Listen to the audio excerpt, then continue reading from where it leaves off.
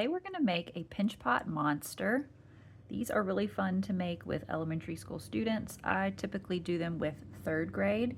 You can also adapt this to making frogs as well. So just leave off the horns and the sharp teeth. Let's start off with a piece of clay. I'm going to roll it into a ball. Then I'm going to make a pinch pot by getting my thumb wet with the hand that I write with. I'm going to poke a little hole into the clay in the center, get my thumb wet again, push it back a little farther, but I don't want it to poke out all the way. Then I'm going to pinch with my whole hand, and I'm going to press and turn, press and turn. You definitely do not want to get the clay too thin, because then it's not going to be able to support all of the different facial features of the monster. So if it's a little bit thicker than you would typically make a pinch pot, that's going to be okay. It looks a little bit broken right here, so I'm going to get some water and smooth out around the lip of the pot. And then any other cracks that you see. All right, now you're going to look at it and decide which way you want it to go, and then just press it a little bit flat. Not totally flat, but just a little bit, so it wants to sit on the table, and it kind of looks a little bit more like an oval for the mouth. So my monster is going to go this way now. Now I'm going to take some extra clay, and you could just give this to like in a big lump at the table or a blob to each student that's working with this. And now I'm going to make some eyes, so I want to pinch off a couple pieces of clay that are about the same size. I think I want my monster to have 3 eyeballs. So I'm going to pinch off 3 pieces of clay and round it out.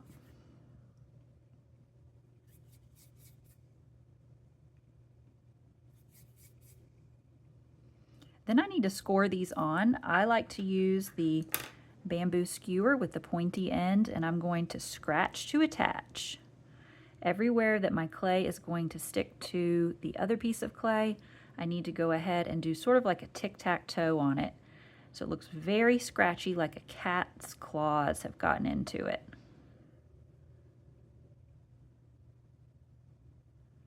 Then I'm going to get a little bit of water. This is another part of scoring something onto another piece of clay. You have to scratch and get it wet. Give it a little push so that those eyeballs don't want to fall off later. All right, now that those are on there pretty good, I'm going to use the back end of the bamboo skewer, or you could use the end of a pencil and press the pupils. All right, let's add some teeth. For this, I'm going to make a little slab by pressing the clay maybe once, flipping it over maybe one more time, and then I'm just going to draw a triangle and cut that out. Again, you cannot just stick this tooth in here because it will immediately just fall back off later. You have to scratch to attach. So I'm going to get a little bit of scratching here, scratching along the edge, get it wet, and press it in.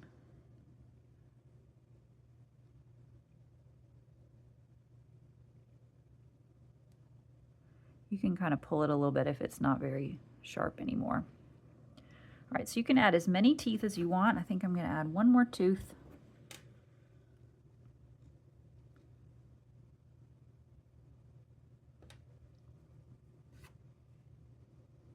Make him look a little bit silly by putting his tooth over here on this other side. Some students might want to spend more time on the teeth by adding lots of teeth, or more time by adding extra eyes. That is fine.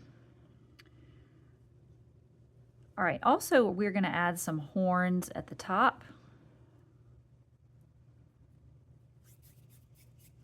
So I'm going to roll very gently, just a little bit of a coil, but then at the end I'm going to pinch it up a little bit. So it is more like that.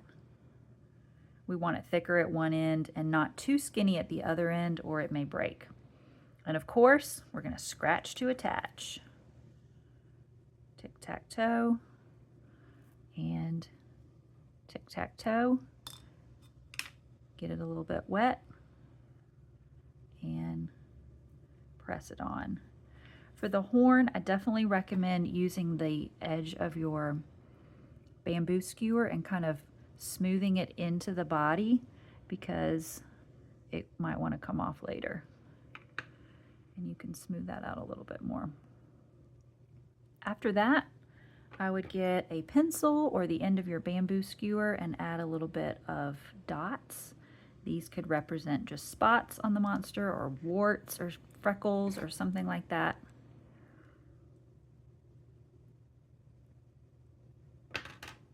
Oh, looks like my horn was coming off.